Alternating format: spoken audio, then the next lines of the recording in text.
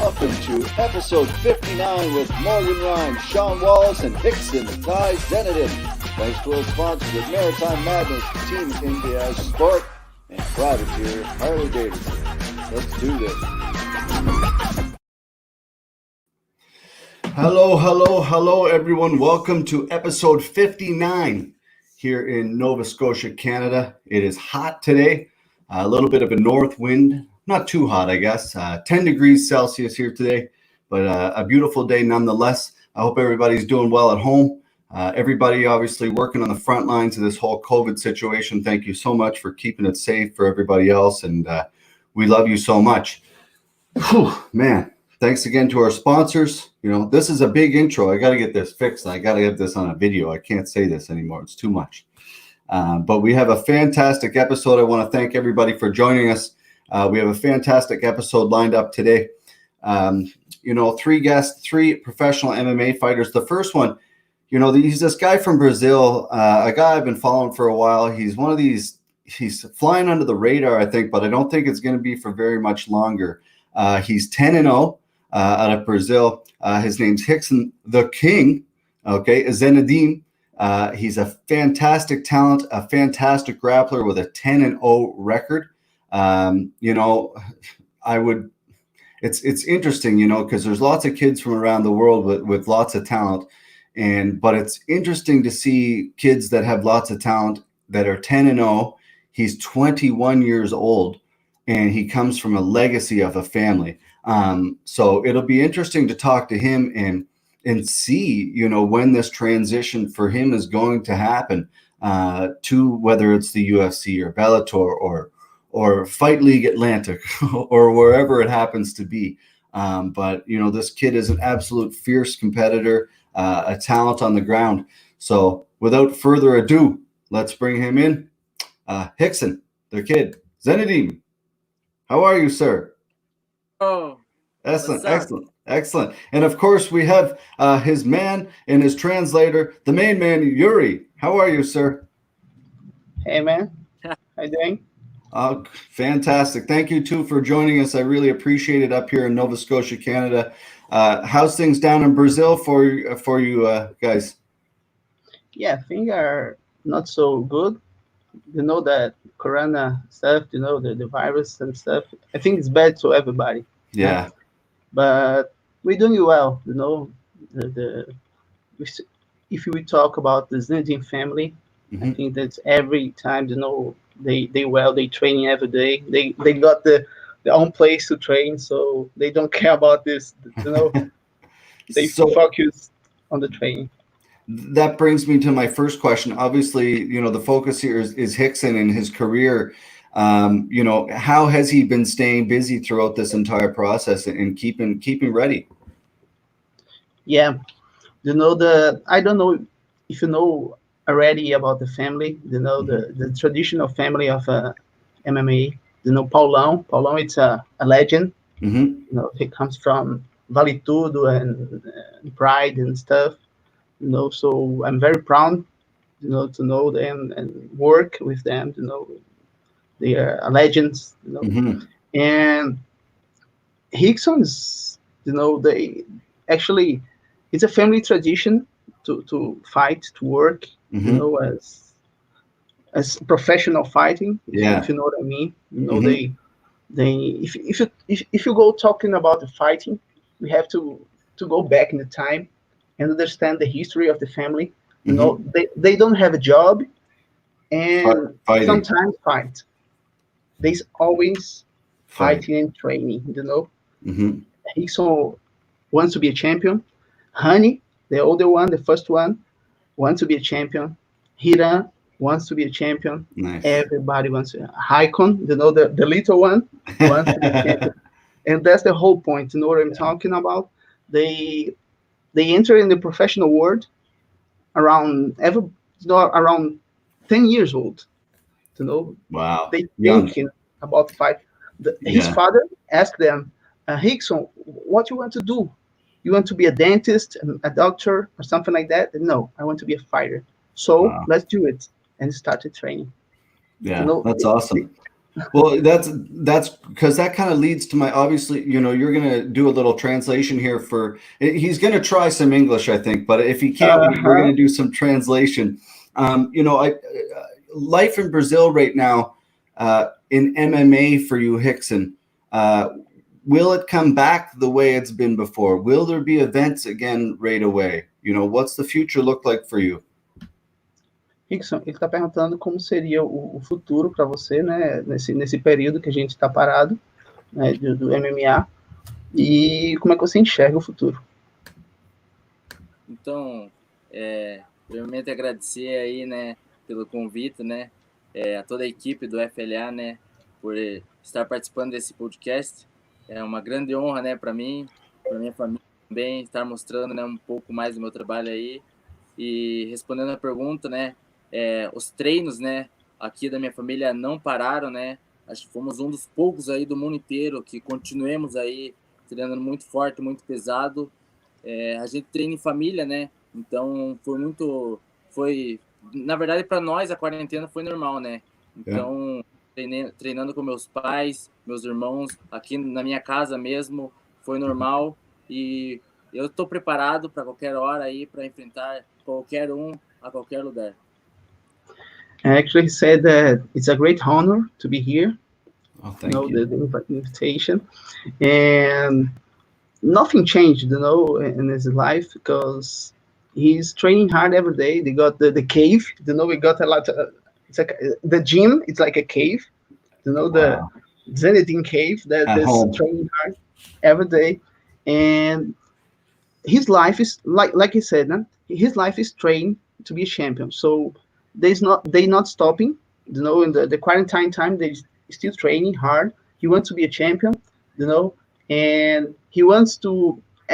Actually, we were preparing for the Shoto Brazil. That's the greatest event of MMA Hmm. in South America, and he was going to fight a great fighter here. Qual o nome, Rickson, dele? É o Pantoja, né? Pantoja.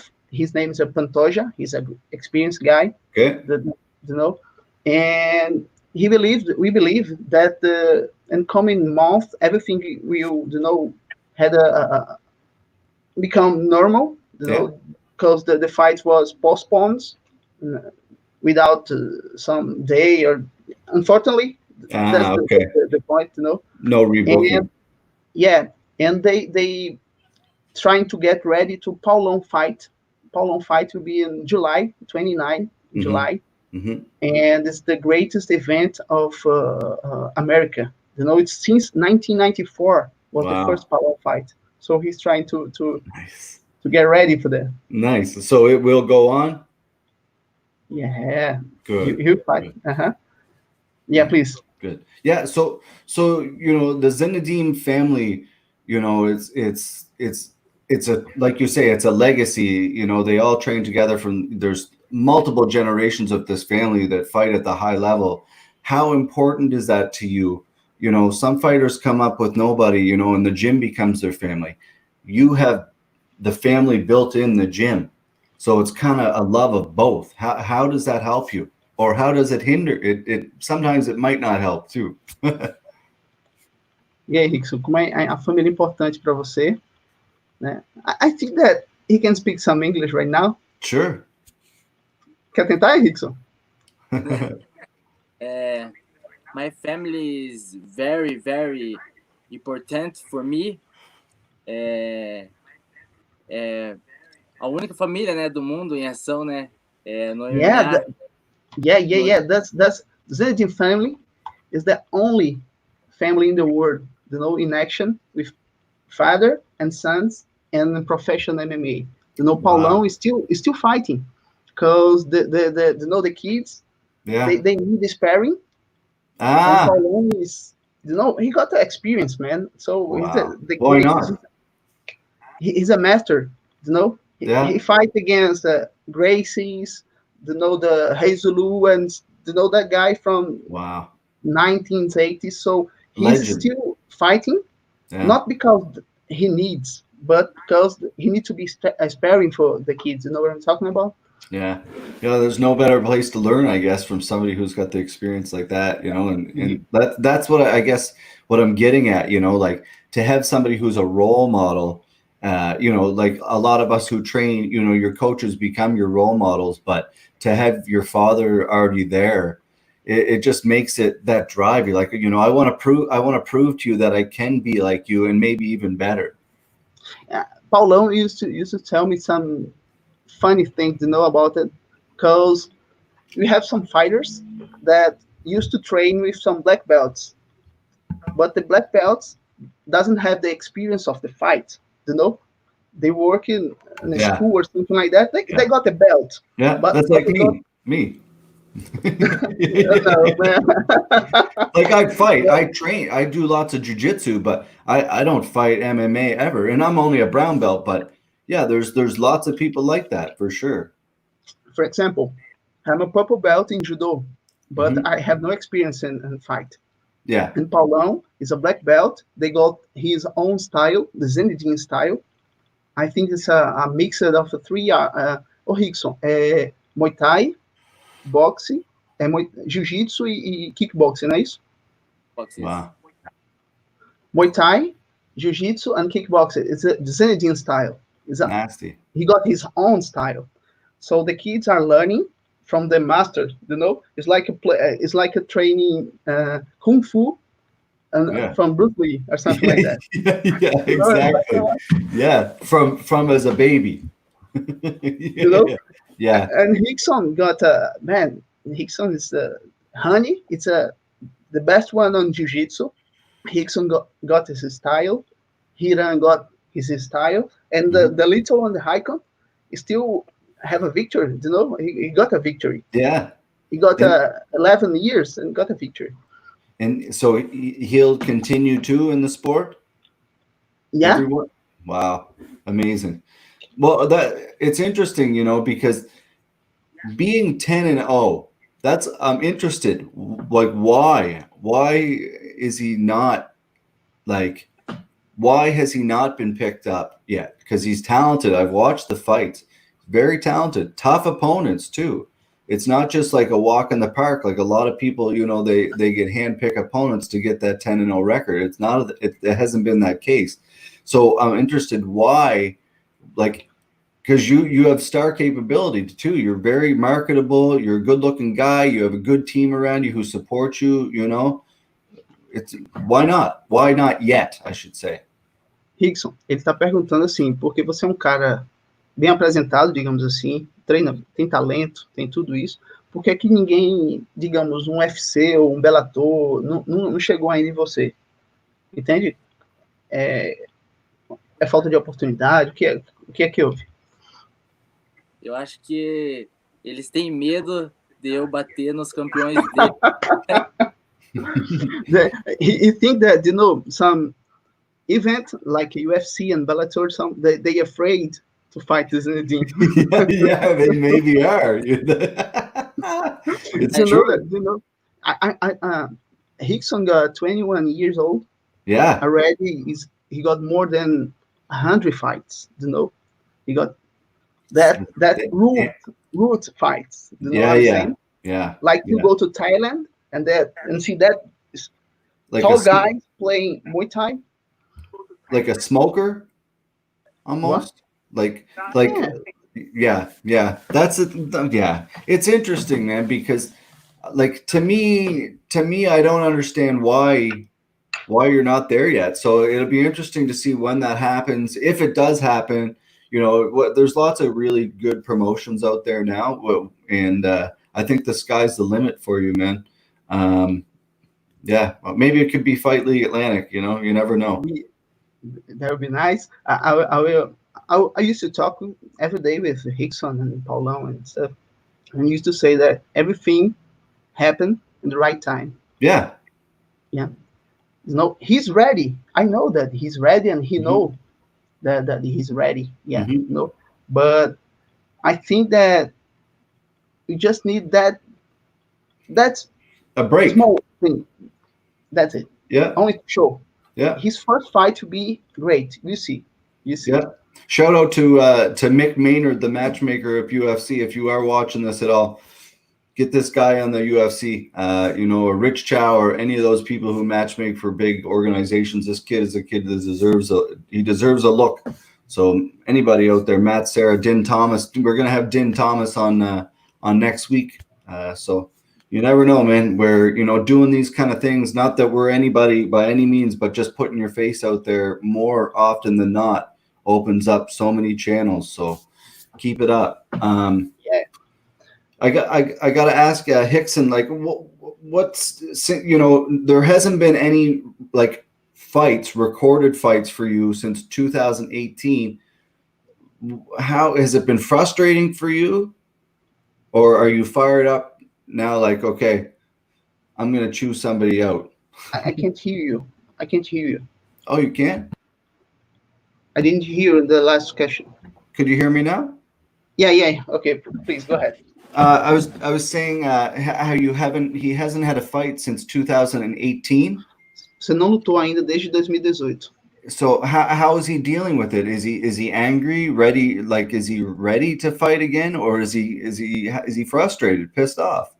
Você tá chateado com isso, de não ter lutado? Você tá pronto? Como é que você tá reagindo a não ter tido nenhuma luta de 2018 para cá?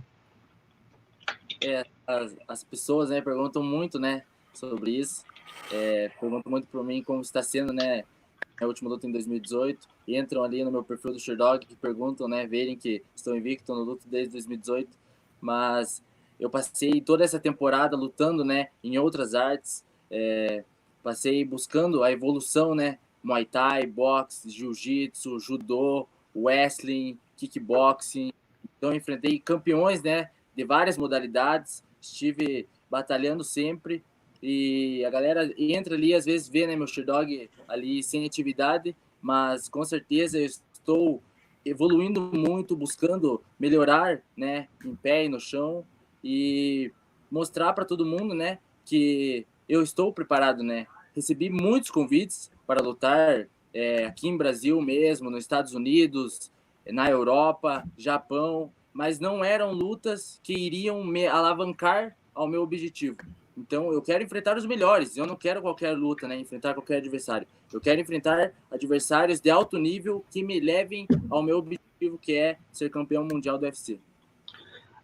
He's not angry because, he's still training, he's still fighting backstage. Small fighters, but hard fightings. The root fighters. Mm-hmm. And he's training Muay Thai, Jiu-Jitsu, kickbox, and everything. He's still training.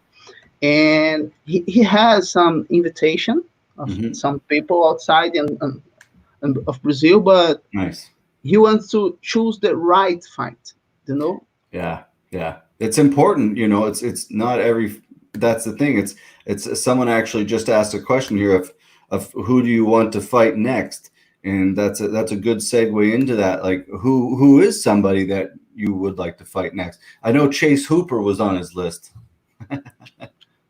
E aí, Rickson, saiu a pergunta aí, né? Ele disse que é importante você saber selecionar uma luta e quem você gostaria, quem seria seu próximo adversário.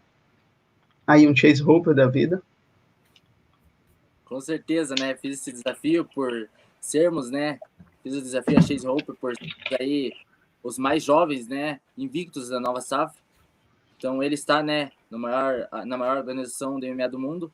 Fiz esse desafio a ele, chegou aos principais matchmakers, Mick Maynard, Sean Shelby, chegou a eles, mas estou esperando a minha oportunidade. E quando eu chegar no UFC, eu quero enfrentar Chase Hooper, Sean O'Malley, quero enfrentar esses caras que estão subindo no ranking, se não enfrentar os tops 10 do ranking já. Eu quero chegar para bater nos melhores do UFC e conquistar a categoria, né? Que é o Bantamweight, conquistar a categoria e chegar no cinturão. Beleza. He's ready, to fight. Mm-hmm. He wants to fight Sean O'Malley. Nice. He already did the invitation foi no Instagram, não foi, Rickson? Foi no Instagram. On Instagram, he sent a message direct to Sean O'Malley, say, I want to fight you. Yeah. And was ignored. Yeah. That the matchmaker saw the message, but They ignored it. Yeah, there's a lot of people that want to fight Sean O'Malley. A lot of people do for some reason. It's funny, you know, when he's speaking Portuguese and I'm sitting here and I'm nodding because I'm so used to doing these interviews. I'm nodding like I have no goddamn clue what he's saying, but I'm actually nodding, like I'm catching myself going, yeah. No, I have no idea what he's talking about. Ele não tem nem ideia quando você tá falando, ele não tem nem ideia do que tá falando, mas é engraçado porque ele fica ouvindo. But you're doing a fantastic job, dude. And I gotta thank you for joining us up here. You know, we got two last questions I want to bang off here for you. You know, the king. Where does that come from? Is that based on, you know, is expectations through your family? Is that if that's the case, is there pressure on you for that? Or O nome The King vem de onde? Alguma coisa da família? Enfim, alguma ocasião especial que esse nome chegou? E aí, como é que foi? Bastante pessoas, né, me perguntam isso. Esse apelido veio, né, a minha família, né? Então, mas eu vou deixar no ar aí. Não vou falar, a galera que quiser pesquisar vai ter que pesquisar aí, conhecer mais sobre o Rickson The King, a família Zenidim. Vou deixar esse comentário no ar, né? Mas com certeza aí, The King já quer dizer que eu sou o futuro, né? Futuro campeão mundial aí e serei o rei da categoria no UFC. Só vou falar sobre meu apelido quando estiver dando entrevista para Daniel Cormier no UFC. Oh, okay, let's go. he got the meaning of he got something, but he don't want to say because he only will say when he got in the UFC. You know, after the first victory, you're gonna say, "I'm the king," cause. Okay. He's keeping it secret until then. That's fair. Yeah, that's fair. We're gonna keep the secret. And I don't know if you know about it, but each son got a name. The king. No. Rex, the honey Rex. Yeah. You know. Rex, like T-Rex, like. Yeah. Hiram, Taz. Taz, okay, yeah. Taz. Yeah. And Rykon, the little one, is the last. The last. Woo-hoo! Those names are very good. Very good names. I like those. And man, you need to see Rykon speaking. Looks like an old guy. Man, looks like an old guy speaking. No, he's ready. He's already fighting. You know, he's ready. Where is he? We should have brought him on. Cadê Rykon? Tá aí, tá? Another night, we'll have to bring him on. Tem que trazer Rykon aí depois, na outra noite. Yeah, another night we should bring the whole family on. Yeah, it'd be nice. That would be nice. All together, you know. It's You know, I used to say that the history, you know, has been writing right now, you know, and you're talking to the future champion, you know. I know because I'm looking to the family since last year, two years ago, and I'm watching every day the training, the stuff, and man, they doing hard, literally. Yeah. You know. It's interesting to see, you know, to see what happens here with the UFC. I don't know. They're doing these events, and now I'm seeing Canadian guys that are going to fight down there. So that's good to see. And fingers crossed it continues on that way. And I hope, you know, it's funny. They just did 3 events, and media is really not talking about it. If it was the NHL or NBA, it would be blown up bigger. But, you know, anyway, long story short, how did life change for you? And obviously it's a close world. Martial arts is a small family. In Brazil, wherever, there's not a lot of us in the world. Minotauro obviously did an interview a couple of weeks ago or a month ago, I believe, a little longer, you know, talking about you and your family and the expectations and in the future. You know, how did that feel for you? You know, that guy's a legend, you know, just like obviously your family, but it's must be nice to be recognized too. Como é que tua vida mudou, né? No MMA, questão da sua família, como é que tua vida mudou em relação a isso? Então, eu cresci, né? Na verdade, eu já nasci. Meu pai já conquistava grandes títulos para minha família, né? já lutava na época do Vale Tudo, então eu cresci no meio disso tudo, cresci vendo ele lutar, aí peguei uma idade, já comecei a fazer apresentações, né, antes das lutas dele, e então para mim foi normal, né, e segui essa carreira, estou até hoje junto com ele, com meus irmãos, está sendo uma grande honra e com certeza vai ser uma grande honra levar a história e o legado da família Zenidim para o resto do mundo conhecer. He said that, he used to see that the life doesn't change. His life doesn't change with the MMA because MMA is part of the life of them. We used to observe many fighters who before being a professional fighters work with something and stuff, but they working to be a champion. So everyone since the childhood are being prepared to be a champion. They have they used to leave martial arts, and the martial arts have always been a part of them. So if you it's what he's meant to do. That's it. He knows nothing different, right? And that's it's going to happen, man. And if this little podcast, and we if we can help in any way, that's what it's about, man. And I think you have a tremendous following, a tremendous team and support around you, and you're a tremendous talent. So let's work on getting you up here to Canada to fight, and maybe work on getting your whole family on a podcast sometime. But before we get going here, one last question. Anybody you want to give a quick shout out to, Rickson? Anyone in a close vicinity?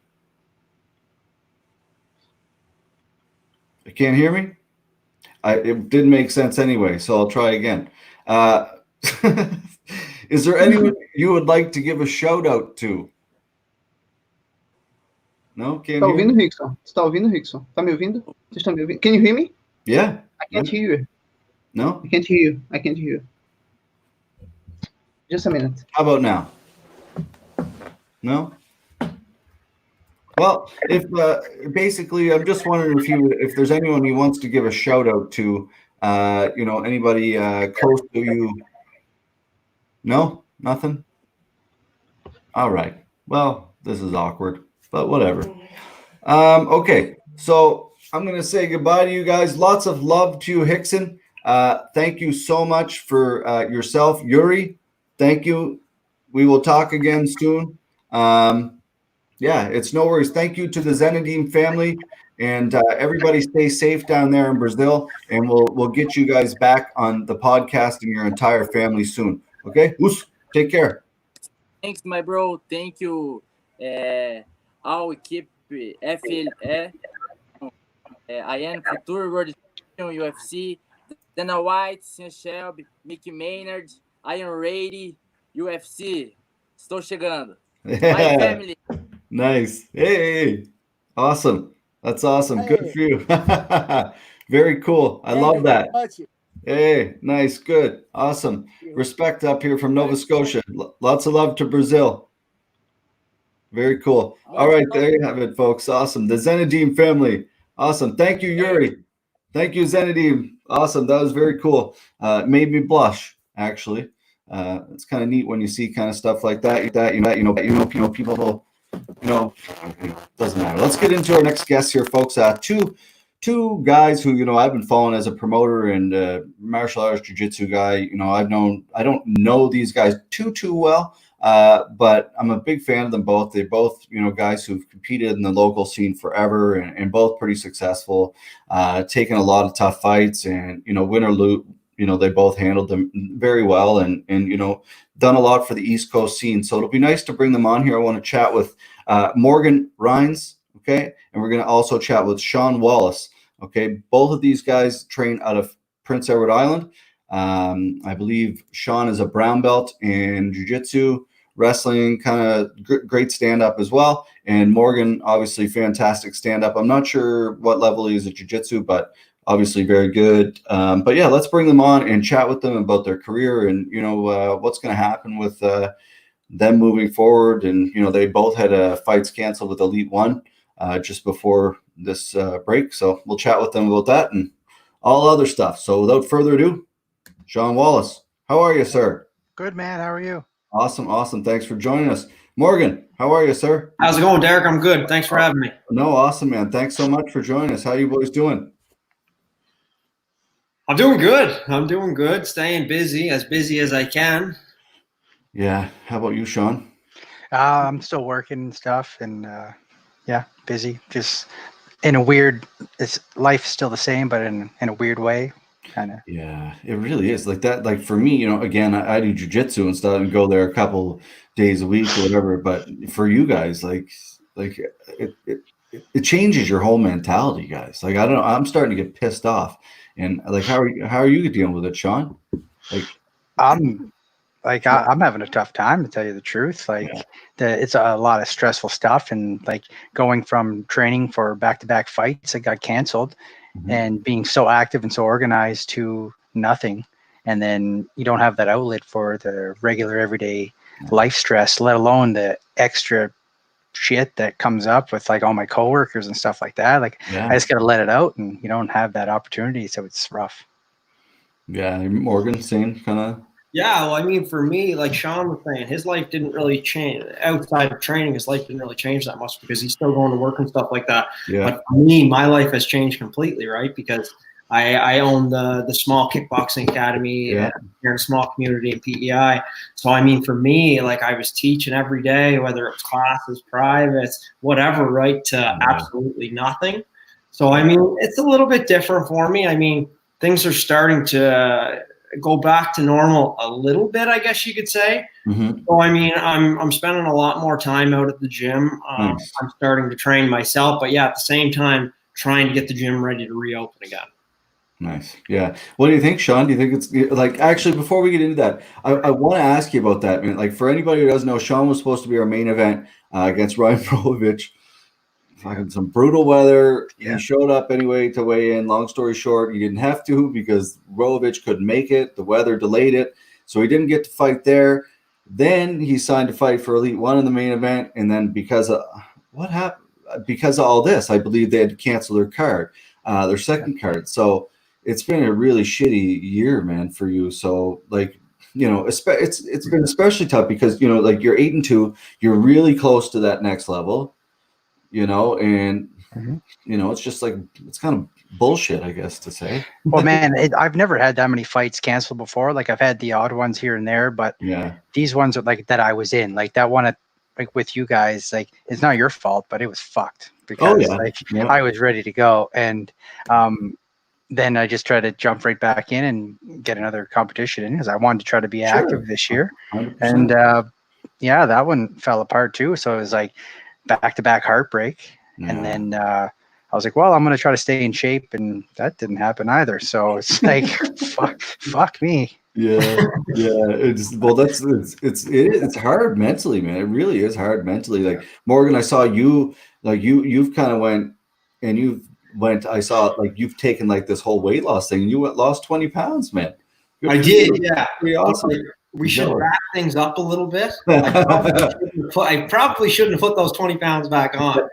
So yeah, once all of this started, I'm getting ready for that fight, right? For Elite One. Sure. It was going to be my flyweight debut. So my weight was super low, right? But once all of this went down and the training slowed down a little bit, I didn't stop training. I kept training, whether it was at my house. I went to my gym a couple times and trained by myself. But I mean, it's just 1 second here. I'm losing. Yeah. You still there? Can you hear me? Yeah. Side note, before Morgan finishes his story, it's his birthday. We're going to have beers. Hello. Happy birthday, Morgan. Yeah. Let's can you hear us right now? Yeah. Yeah. Happy birthday. Thank you very much. Cheers. Thank you very much.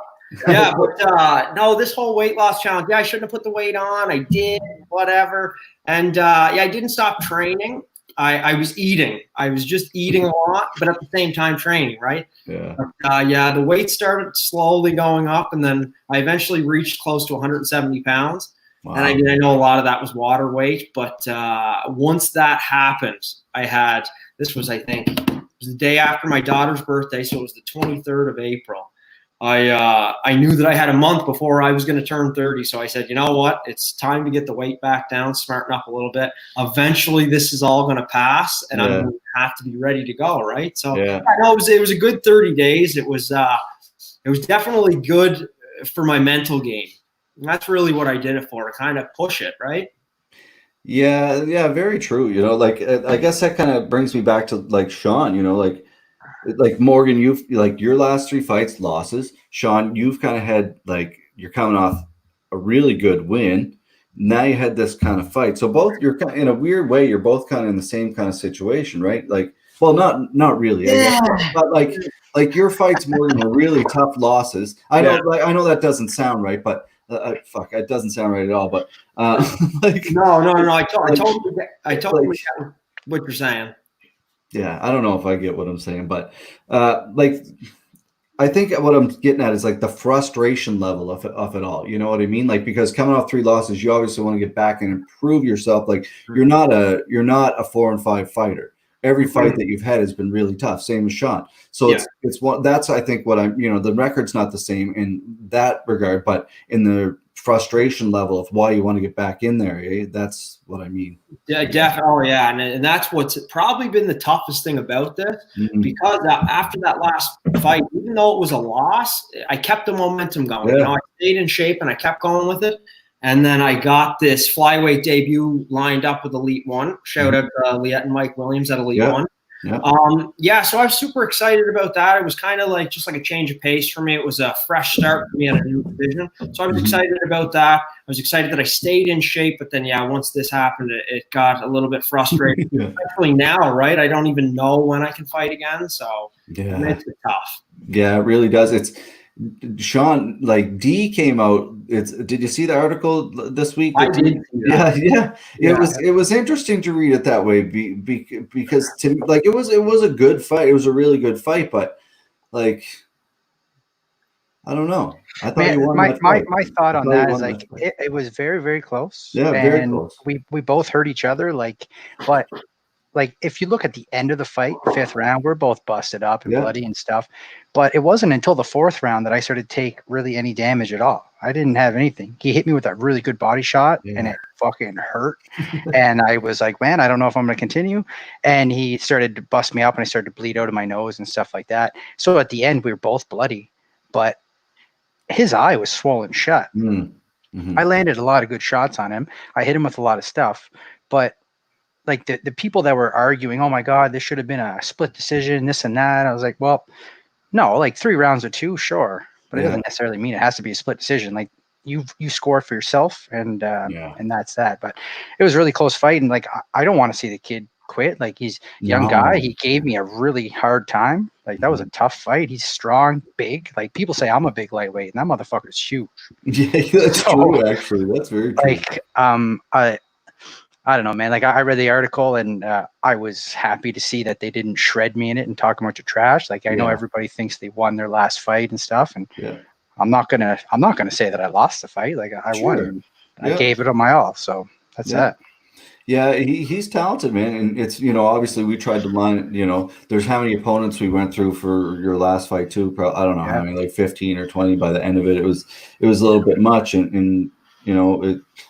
That was kind of frustrating too, but so you've been like, because we started playing this event, I think like summer. Remember you were talking to me in the summer. Yeah. Because we were initially looking to do a 155 fight with you guys, right? Yeah. And then nobody wanted to fight. And then it got to the point, it was like, okay, well, let's do a 170. Looking around, I wasn't in nowhere near being able to make 155. Yeah. And then all these dudes started coming out of the woodwork. Yeah, I want to fight. I'll take 55. I was like, where were you? I don't even know when it was. Like we found the opponent, Shawn. Like it was after Christmas for sure. Yeah, it was fucking wild, man. Shout out to Rohovic for taking that. He's actually messaged me 3 times in the last 2 days asking for that fight too. Well, remember we were actually supposed to fight Rodriguez, right? And and then he was just being Rodriguez, I guess. Shout out to not shouting out. Yeah, but man, it was crazy. And like I had so many people ask me if the next fight, are you gonna book to fight Ryan again? And I was like, not that I'm opposed to it, but he didn't necessarily have the best record at the time. He could give me that he could give me a super hard fight. I don't know, but ideally on paper, if I have the choice, I'm not necessarily going to call that guy out and go look for it, because you want something that's going to maybe propel you to the top and like get a lot of eyes at you. And he was the only one that said yes, so of course we had to take the fight, right? Yeah, well, that's it. Was that or nothing, and that kind of I guess going to you, Morgan, like Dave Henry. You know, that's a tough fight, man. Like going to that division, obviously he's a BTC, he was a champion there at that weight class.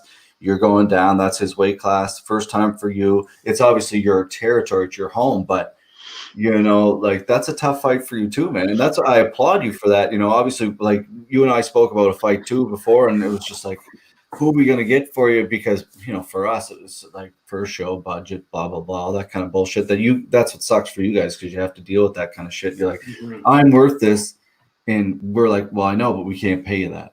You know, so it's frustrating. Like, I guess. So, thoughts on Dave Henry, and again, thoughts on now that there's maybe 2 or 3 promotions out there on the local scene, you know, that's got to give you guys a little bit of motivation to be like, you know what, here's my second win that I'm going to give her like again. Definitely. Yeah. I mean, it is good to have right now we only have the 2 promotions. It'd be you guys in Elite One. I know ECP, Peter Martel, they had a promotion at one point, and I hope they come back someday, because it would be great to have all these promotions, right? Yeah. And then, back to Dave Henry. So, Dave Henry it's a tough fight. It's a tough flyweight debut. But, I mean, like you were saying earlier, I'm coming off of 3 losses right now. But tough if fight. you were to look at my record and look at the guys that I'm fighting against, it's not like – and that's why a lot of people say the records don't really matter. I mean, at the end of the day, 2 guys are going into fight, and you never know what's going to happen. But, Dave Henry is definitely a tough fighter. And I'm definitely looking forward to fighting him. I'm hoping that it all still goes through. Like, I know once all this blows past and the promotions get going again, I'm hoping that Elite One will still be interested in doing that fight. And I hope Dave is too, because I know it's something that I'm interested in. And the cool thing about it is he is originally from PEI. Oh, I didn't know that. Yeah. So, I mean, I thought that would make for a cool story. Yeah. I know he was probably involved in mixed martial arts before I was. I think he was fighting before I even started training. Wow. So I know a lot of like older guys that I know from PEI, they all know who he is. Cool. So I mean, they got pretty into it. I know the ticket sales were looking really good, but it'll happen. It'll happen. Fingers crossed, man. Yeah. And I think it's good to hear that, man. And Shawn and I, you know, we spoke many times about this. Like, you know, like I know Mike and Steve, not well, but I know them well enough. And you know, from our side of things, it's if you don't have promotions working together, the whole scene struggles. Period. And at the end of the day, like Shawn, we've had many conversations about this. Like promotions, you know, promotions come and go, but fighters for the most part are there like for the long haul. Whether they're training, they're not going to stop training for the most part, right? Some do, but you know, if you can have those promotions scheduling, working together, where you guys can go like, okay, I'm going to fight January Elite One, March, April for FLA, back to Elite One, you know, or that kind of thing. It's really going to help everybody. Well, definitely, yeah, because I mean, at the end of the day, we, as martial artists, we're all in this together, you know, whether we're a promoter, whether we're a fighter, a trainer, at the end of the day, we're all in it together and we just want to make it work. Yeah. Well, there was a lot of stuff going on too. Like you got to build, like these guys got to get amateur careers and they got to get the experience and they got to turn pro, right? So like if somebody just does amateur shows, okay, you're going to get amateur fighters, maybe you'll make some money and stuff like that, but you're not going to build that pro, like that pro roster. But if you just start doing pro only shows and then you run into maybe not having enough fighters to fill your card, and then it's like a logistic issue of bringing people in, it costs money. So you got to have the best of both worlds, right? And that's where people working together, promotions working together would really help, because like if they could bounce back and forth and get that experience and then turn pro. Because I remember a couple of years ago, there was a bunch of young guys that had 5, 6, 7 amateur fights, and that's a lot for the East Coast, and none of them would turn pro. And you're like, well, what are you doing, man? Like make that transition. You're just beating up, like crushing cans right now as an amateur. You're head and shoulders above everybody else. Turn pro, get some fucking fights, and I'm looking for people to fight. That's really what I'm getting to. You know what I mean? Like, I can't fight this 1-0 guy. You know what I mean? You got to get some experience, and then we can dance. Yeah, that is really true. That's very true. Actually, it's interesting that how many people don't want to dance. Actually, yeah. That's true. I always talk about this. How many people like, I'm a professional fighter, blah blah blah, cool, whatever. But the people who are like legit, like never trained in their life, and they're messaging like, man, I want to fight Shawn Wallace tomorrow, or just using your name, right? And I'm like, what? Like, why? Like, well, I think I can beat him. I'm like, man, like, no, you cannot beat him. You will die. Like, like you cannot beat him. Man, it's funny because these people are trained fighters, man. Like, I don't look the part of the trained fighter. You know how many people in my life have been like, oh, you're the fighter? What the like, oh, I thought you'd be bigger, or I thought you'd do this, or you don't have enough tattoos, or you're not shredded, or this. Like, it's like, fuck, man, come find out. Come find out, right?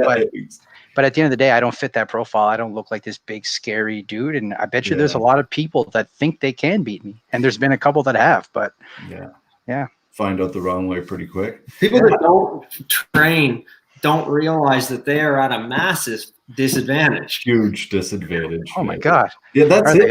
Like, I always talk about that. And again, I'm not a fighter by any means, but like just like a basic thing about jiu-jitsu of putting someone off balance, they're on the ground, you push one arm to get their other arm bar, like just little stupid, like making them focus on one thing to get another thing, like that no one would really.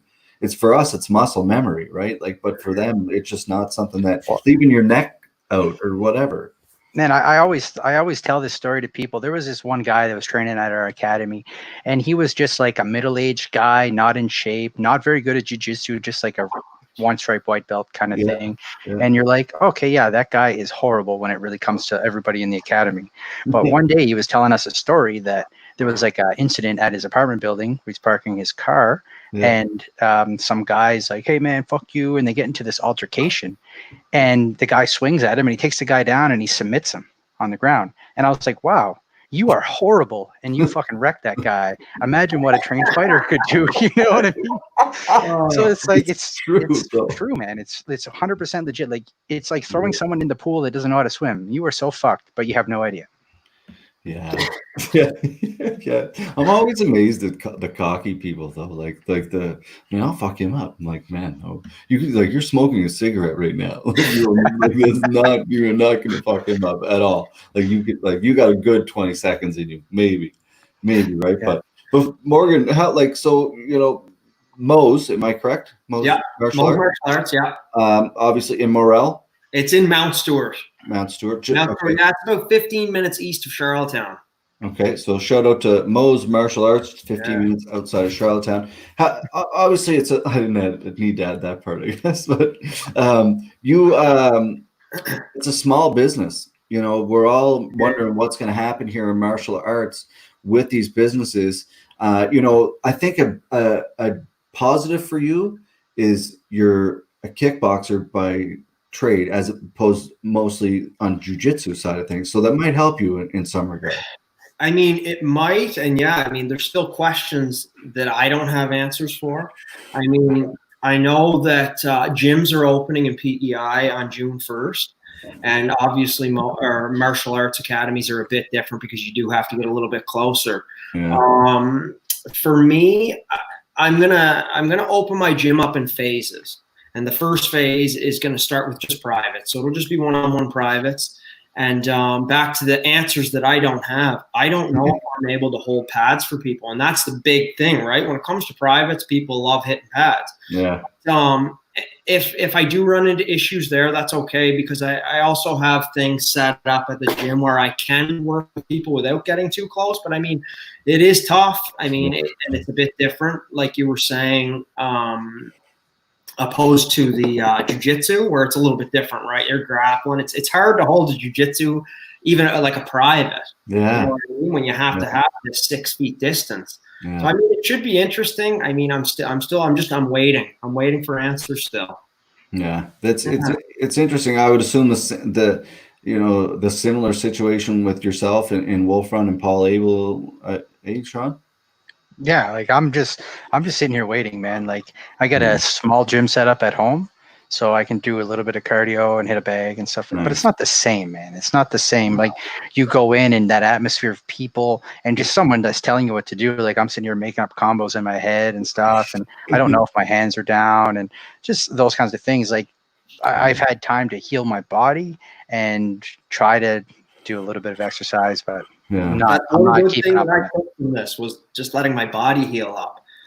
Yeah, that's the thing, man. Like I look at you guys, like you throw so many kicks, and I'm like, oh man, that's gotta hurt so bad. You know what? I was having a conversation with a friend of mine the other day about kicks, and a lot of people always ask, they're like, "Oh my god, like doesn't it hurt when you're in there fighting?" And at the end of the like, honestly, the adrenaline does take away some of it. But like kicks, like I was saying, I was talking to my friend about this the other day. And when I'm in a fight, if I'm throwing a kick, I'm not thinking about anything. Like I'm not thinking about maybe kicking the knee or maybe kicking the elbow. I'm blasting them as hard as I can. It's a little bit different in training. Whenever the adrenaline's not so high and you kick an elbow, it's not as fun. Yeah. Man, it happened in my last fight when I fought D. Like I kicked a lot in that fight, man. I chewed his legs up a lot. In the first few rounds, it wasn't that bad. I remember sitting on the stool after the third or fourth round. I remember looking at my corner and I was like, man, my fucking feet hurt. And my feet were starting to swell and they were putting ice on my shins and my feet. And they're like, well, stop kicking him a leg, kick him in the head. And I'm like, well, he's like 6'1", man. He's tall as fuck. So I kept kicking him in the leg. And after the fight, man, I could barely walk. But at the time, you don't think about it, right? You just go. You go. You don't get time to think. You don't get time to react. Yeah. If you think you lose, I guess, right? Yeah. Yeah. Did you guys happen to watch? I don't know. I can't remember his name. He trains with DC. He fought last in the UFC like a week or two ago, and he was throwing all these lag kicks, and the guy kept checking them. But he blew his shin up. Oh, dude, it was man. That was thick. This cut like wide open, the whole shin. Oh yeah, no, I seen the picture of his shin. They close up on it. The problem with that guy is that like that happened to a few fighters in the past. Like it happened to Luke Rockhold. It happened to Mark Hunt because it split right on that shin bone, right? That pointy part. So unless he gets like a really nice plastic surgery on it, that's going to open up, man. Anytime someone checks a kick on him now, he's going to be in trouble for a while. Yeah, it's not going to be good. That's very true because that's Rockhold ended up with like pretty much ruined his career, wasn't it? Like staph infection and all that kind of stuff. Yeah, he kept getting a staph infection on the front of his shin, upper ankle kind of thing, right? I didn't know that was what happened with his career. Yeah, I don't quote me on that. I know he was out for a little while, but he kept getting knocked out too, so that's also not good. But he worried so much about his shin that he forgot about his chin. Yeah. Probably. If I were Luke Rockhold, I'd probably out meeting girls. Just saying, like he probably doesn't need to fight when he's the face of Calvin Klein or whatever he is, right? Like no, but you know what, man? Like all the people, like they don't like people that don't fight and that do not do this like regularly. They don't know what it's like the rush and like the highs are so high and the lows are so low and like it's terrifying experience. But like to go in there and to throw down like that, it's very unique. Not everybody can say that they're a professional fighter, and to do that, man, it is like the ultimate thing. So someone fighting at the high level that was a world champion, I could see how after a couple months they're like, man, I could beat that guy. Fuck that, I'm getting back in there. Yeah, very true. I guess that's it. Like I guess that's one thing that I'm always impressed about an athlete because you have that competitive fire, right? Like I can win, and that would be a cool moment. Like I always think it would be cool to document, like UFC does a good job about it after the fight, like they do like the glory or whatever it is, but to follow a fighter who just won for like that entire night up close, like to get those raw moments of like the crying, because it happens, man, like the blood, like hugging your wife or whatever, like that kind of stuff that really matters, man. Like that kind of stuff is what I think is very cool about being an athlete, because there's so many people around you that make people like you guys go in there and fight. Yeah. And after my last fight, I was covered in blood. I got back to my hotel room and I just cracked a beer and I sat in the shower. I just sat on the floor in the shower and I just had time to myself. You know what I mean? Because it was like such an adrenaline dump and stuff, and just you need to relax a little bit. Yeah. How about you, Morgan? Like, is obviously there's memories like that come to mind. I'm sure after a big win or a takeaway in a fight or a tough loss. I'm sure those are different. That's a whole different thing altogether, right? But yeah, well, Shawn said it perfectly there. It's when you win, it's the highest of highs, but when you lose, it's the lowest of lows. But at the end of the day, I think the longer that I go on this journey and the more fights that I have, I realize that the outcome of the fight doesn't matter. I mean, it does, obviously. Everybody wants to win. It's great to win. You get more money, you get a better record, this and that. But at the end of the day, it doesn't matter. I think it's the journey that matters. And we're going back to the post that you said about D. He posted something. And to be honest, I didn't read the actual article, but I read the headlines or whatever. Mm-hmm. And it said something about he wasn't sure if he was going to continue, or if he didn't win his next fight, he wasn't sure if he was going to continue. And that kind of blew my mind because, I mean, he has one loss. Yeah. You know what I mean? And even a second loss. That's not like 2 losses isn't going to do anything. And a lot of people look at my record and think that they're like, geez, this guy's on a 3-fight losing streak. Like, how much longer does he want to do this for? And I like sit back and I ask myself that a few times too, right? But I believe that I'm so early into my career, right? Like, you're not taking damage either at all. No, and that's another thing. I took damage in one fight, and it was the first ass kicking that I really got. I mean, obviously outside of training, but that was a tough one. It was. That one definitely hurt. That was probably the only one that I really took damage in, though. So I mean, like, it goes back to that. It's like I'm so early in my career. You look at a lot of the top guys in the UFC; they got 30-some fights. You know, that's it. It's only my 10th fight. So it's like I got. Well, that's again, like that's a kind of a question I have for you guys both, like. Because where do you envision yourself if, obviously Elite One, they could only do so many events per year. If, from the very beginning of both your careers, where do you think you'd be right now if there were 2 or 3 events or you had that platform in those surroundings like people do in Toronto or New York or, it's say what you want, but we're limited out here out east. It's limited training partners. It's different.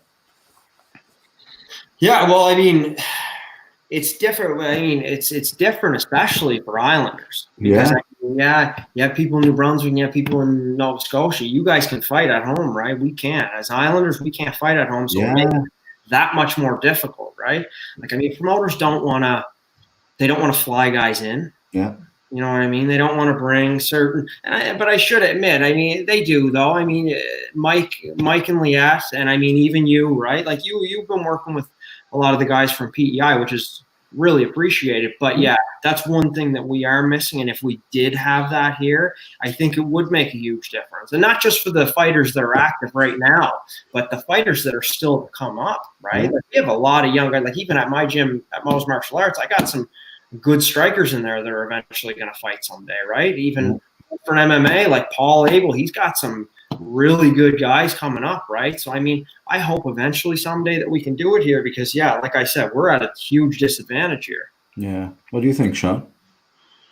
I think it just like more shows, as long as people aren't screwing each other over, you know what I mean? Stealing fights, blocking each other stuff, just everybody work together and do it. And like, essentially, there's like promoters will fly people in when it makes sense, right? Yeah. Like if you are a draw and you can like bring in the people and make the money, well, then it makes sense for them to fly people in. It depends where they're coming from and how much they're demanding and stuff. Yeah. But it's always nice to get more like Atlantic Canada is not that big, you know what I mean? No. How many people live in Atlantic Canada? 2.5 million people, maybe. That's generous. Maybe, Ontario's got 10 million people. Like it's not the same, right? And like a place like Quebec is there's so many fighters out of Quebec. Like there's a lot of people that are one and done, but there's a lot of people that really wanna that try. So it would be nice if there was a kind of regular circuit that that there's going to be fights on the regular, and then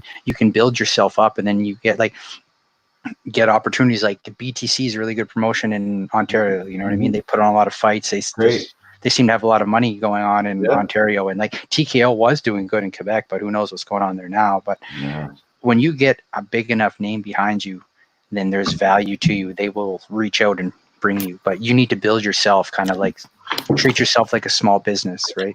Well, that's I couldn't agree more, Shawn. And it's funny, I was talking to somebody about that. It's like somebody said, well, I didn't sell that many tickets, or how many it's not necessarily like, Shawn, you and I were talking about, like, I don't know how many tickets, because of the online thing. Your fans are so used to actually buying physical tickets. It was different for your fans, and not having an opponent. Do I want to buy a ticket to go to an event he might not fight at, blah, blah, blah. So it was different for you in that respect, but it still worked out in the end. But you get a lot of stuff though too. Like I said, Atlantic Canada is so small, such a small population of people, and everybody knows each other, right? Yeah. So when you go to an event like that, there's a lot of like my fans that are like me because they know me through Morgan, for example, but they're going to buy tickets for Morgan before they buy them from me, or they're going to buy it from the debuting amateur that they want to help them out, or having both of you guys on the card, whether they buy a ticket or not, also means like, okay, this is a legitimate promotion too. Like I know these guys because they fought for Elite One. They fought a lot. I've seen them before. I've heard of them before. They're not just some can from wherever, right? Yeah. So, might not have, which sucks because the ticket sales obviously help you guys too and us, but it's don't kid yourself that people aren't buying tickets because you are a local name in the scene. Both of you guys, you've been fighting for a long time. Well, it's tough, man. Like, ticket sales are such a funny thing. Like, I'm not originally from Prince Edward Island, right? So I don't know as many people here. I just know coworkers and stuff and people that we train with at the academies. But it's like, as a fighter, you don't make that much money per ticket. Yeah. And a lot of people don't realize that. And when they're like, hey, man, you want to sell me a ticket and come deliver it to my house at this specific time? And I'm like, man, I'm making $5 from that ticket. Really. Yeah. And I'm like, I don't want to turn it down and look like a dick, or like, not that I don't care, because everything really matters in the grand scheme of things. But like, I'm going to spend $20 bringing you that ticket. Mm-hmm. And so I'm going to actually come out like at a deficit here. So like that's why I was so happy when you guys were doing online. I thought that was going to work out great. And then some people were just forgetting to put in the code, right? And you're like, oh, well, shit. It could have been that. It could have been the snowstorm. It could have been multiple factors. And again, maybe just because people are so used to seeing you guys fight, getting a physical ticket from you guys, So who knows? It's weird. But what's before I got a couple questions last for you here, Morgan. Like, funny shit happens in training. Funny stuff happens in fighting. Has there been anything in your fighting career that, like, in the cage where you and Gabe or Tyler or anybody, like, just kind of were like, what? Did that just happen? Or anything weird? Did you just oil check me? I think for like inside the cage, I don't really remember, because when you get in there, right, it's like forward, go forward, take this guy out, right? But the more experience you get, the slower you go, right? So I mean, I think it was the Tyler Wilson fight. When I fought Tyler, we were talking a little bit in there. It wasn't shit talk. It was more just I can't remember what exactly it was that we were talking about, but there was some words exchanged. But other than that, I mean, at weigh-in sometimes. Sometimes weigh-in, some things are said, but no, other than that. It's got to be such an amazing, like, for me, like, I struggle with it, boys. I really struggle, but I'm pushing forward. I said this year, like, I don't give a shit anymore. I'm going to go compete. Win or lose, my anxiety is not holding me back anymore. Mm-hmm. And I'm always amazed by people like you guys. Like, it doesn't matter to me if they're an amateur athlete or they're in the UFC or if they play baseball. That's for me, the biggest difference in a professional athlete, when you can go in there and take care of business. Mm-hmm. That is an incredible skill set. So, like, even to go up and weigh in against another person, man, it's got to be a fucking crazy thing. It's different. It's different. It is. And actually, Shawn and I, you and I were talking about you cornered me in my last fight. So before we got to the event, I think we were pretty early. We were the first ones in the dressing room, and you and I were talking, and I'm like, man, this is absolutely crazy what we did. Literally sitting here waiting 3 hours for a show to fight, and I'm about to go in the cage half naked and fight another man. It's so true, man. Yeah. One of my earlier fights, I fought this guy, and I was sitting backstage, and we're fighting at the casino in Moncton, and the dressing rooms are so tiny. Yeah. So my opponent was hitting pads in the hallway outside of my locker room, and I could just hear these swag, swag, swag. And I was like, fuck, man, that's going to be me. He's going to hit. What am I doing? Why am I doing this? This is so stupid. But then I went in there and I fucked him up. Yeah. And it didn't cross my mind. It was like walking out onto the stage, and you start walking through the crowd, and you're doing that, and you have all these thoughts in your head and stuff, and you're like, okay, but once you get in there, or for me anyways, once I get in there, no, that's it. Those are all gone. You're in the moment. It doesn't matter. Like, the only person that I ever had those doubts with was when I fought Mandel Nallo, and the results were there because he fucked me up. So it's interesting how important that really is, eh? Yeah, but like, I'm telling you, at that point in time, when I fought Mandel Nallo, I was 6-0, and I had people, coworkers and stuff, coming up to me and being like, "Man, you're undefeated. No one can touch you. This and that. What makes you so good?" And I'm just like, to me, I'm just a guy, man. There's nothing special. Yeah. And then I took that fight, and I didn't know much about him. And when I got in there, I didn't know how I would beat him, and I obviously didn't. I didn't even come close. And but at that point in time, it taught me a lot. It really was a turning point for me. It was like, really, I didn't have to worry about being undefeated anymore, but it also helped me learn about like that formula of, if it's not broke, don't fix it. Well, there was something broken, and I needed to fix it. And then it changed me a lot. Nice. Cool. Good. I like that. Well, before we get going, boys, and by the way, I still have your mitts here. Shout out to Paul Abel. I still have your rival mitts in my house here. So someday we'll get those out to you. But yeah, before we get going, Ray, if you don't mind, boys, any advice, both of you've both have 10 fights, pretty much 9 and 10 fights, plus amateur experience and other experience competing, other stuff. For anybody who's went through the struggle, who's struggling going through the grind, like especially right now, maybe they have one amateur fight, it's a loss, and they're like, fuck, do I want to continue doing this? Like, well, what do you think, Morgan? Any advice for those kind of people? Yeah, my advice would be to look at your career as a marathon and not a sprint. I think when you look at it as a sprint, and let's say you have that one loss, that 2 loss, it's just like, how the hell am I ever going to come back from that? But like I said earlier in this interview too, it's a marathon. It's about the journey, right? Take your time, show up, have fun, and love what you do. Yeah. Be a George St. Pierre. Yeah. Yeah. Respectful. Good. I like that. How about yourself, Shawn? Yeah, he's not wrong with what he's saying. Like, I lost my first amateur fight, and it really lit a fire under me that I didn't want to lose that again. Like, I remember I had my best friend sitting in the audience, and they're like, I was the guy that always got in fights in high school, and I just fought half naked in front of a dude, and he beat me. Yeah. And I had my drunk friends like immediately after the fight being like, "Man, you don't lose fights. What the fuck's wrong with you?" And it hurts so much. I still remember it to this day, but that lit a fire in me. And then I didn't lose for a long time after that because I really dedicated myself, and I didn't want to lose again. And it wasn't until then I lost, but then you kind of reinvent yourself a little bit more. So like, if there's anybody out there that is like struggling and stuff like that, like just the training itself it's very good for your mind and your body, but don't let that one loss, it doesn't matter, wins, losses, you don't have to strive to be a UFC champion or something like that. It's like, just go out there and train, fight.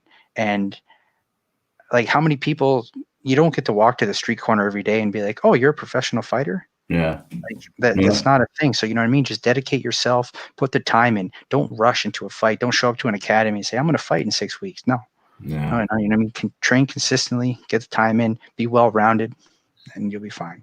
Yeah. Well said. And great advice from two people, folks, who've done it a hell of a lot on the East Coast and helped build a lot of, break a lot of barriers on the East Coast, help build the scene a lot on the East Coast. And shout out to you guys. Shout out to Elite One. Obviously, without them, the scene wouldn't be where it is today, plain and simple. Paul Abel, obviously a great coach there too. So lots of love to you guys on Prince Edward Island. Hopefully we can get over there for a visit, man, and get those damn borders open up. If not, I'm getting my buddy on my fishing boat and we're coming over. All right, boys. Take care. There you have it, folks. Shawn Wallace, see you later. Morgan, Rhynes, see you later, my man. Awesome. That was great, folks. Two good guys at the scene. Take that advice and run with it, folks. It's important to have these people in our scene that have been there and they've seen a lot of things and done it all when it comes to fighting. So reach out to them, follow them, do what you can. But yeah, anyway, there you have it, folks. That's episode 59. Tomorrow I'm taking the night off. It's been a long week.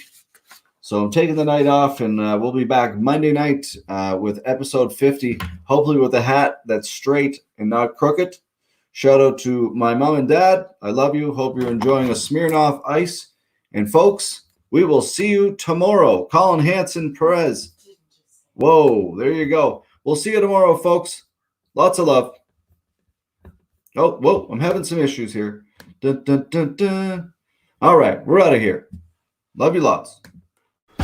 Thanks to our sponsors, and thanks again, everybody, for tuning in. We'll see you tomorrow night.